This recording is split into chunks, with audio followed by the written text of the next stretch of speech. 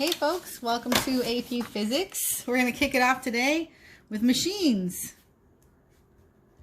That's right, not talking about laundry, although that is a machine. In physics, machines are something very specific.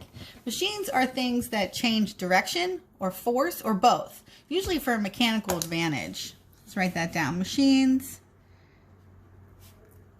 change direction or force or both for a mechanical advantage. In other words, things that make our lives easier. One of the most popular examples is the wheel and axle system. Like this door handle.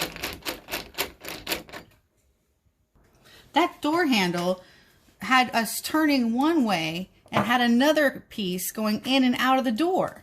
So, like a door handle. Or, of course, you know, on vehicles. Or your bike. Or, oh my gosh, so many wheels, right? Love the wheel. All right, let's see. Another one we're going to play with today is the pulley.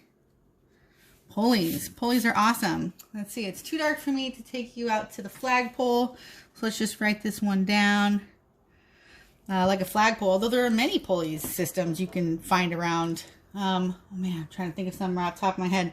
I'm thinking of ships and stuff. Ships use gigantic pulleys. I've seen them around town as decorations. And at the marina, of course. Think of a place where you've seen a pulley or some kind of pulley action, or if you don't know what a pulley is, Google pulleys. Another good one of my favorites, I think, is the lever. So levers are great. I mean, even scissors are levers. One example of a lever, besides a crowbar, is a hammer end. So we can remove a nail from a board, you see that, with this lever. Like that. Now, also cool is then the nail's heated up, but that's for another chapter, work and energy, right? So there's a good example of a lever. Let's call this the hammer pull. But I bet you can think of a whole bunch more cool levers, even a teeter-totter. What about, here's another one. Here's the last main one, and probably the most common. The inclined plane. You probably know it as the ramp. Let's see. So here I've got a, sorry, hang on. There we go. I've got a spring scale. And when I hold this vertically, can't quite see it, and I don't want to move my phone. It is, let's see, it measures about 1 Newton, and this is 100 grams, so that makes sense.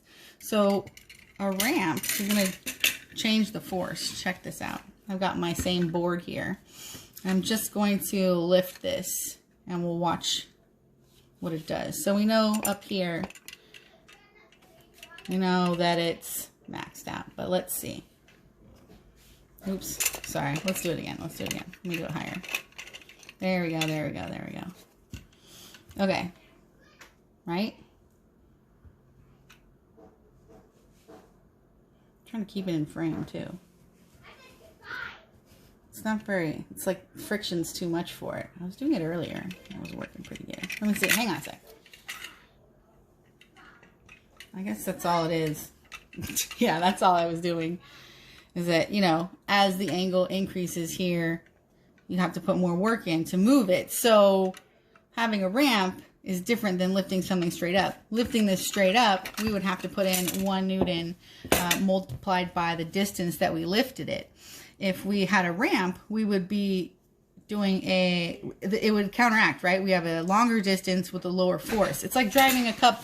It's like driving a car around, hey, shh, I'm filming. It's like driving a car around the long way, around the squiggly part of the mountain versus straight up, right? So ramps provide a mechanical advantage. Let's write this one down. The ramp. Oh, sorry. We already wrote that. Another example of a ramp is a wedge, like a knife or an axe. And I think the other one that goes in this category is a screw. Think about a jar and lid. This is the one. This is the Yeah, one. it's a spring scale. And so I'm arguing that the screw or a jar and lid twist system is just a circular inclined plane. More like a spiral anyways. Okay, so those are the basics on machines. I have 2 more videos for you. One on a basic Atwood's machine acceleration and another on a modified Atwood acceleration. So, see you there.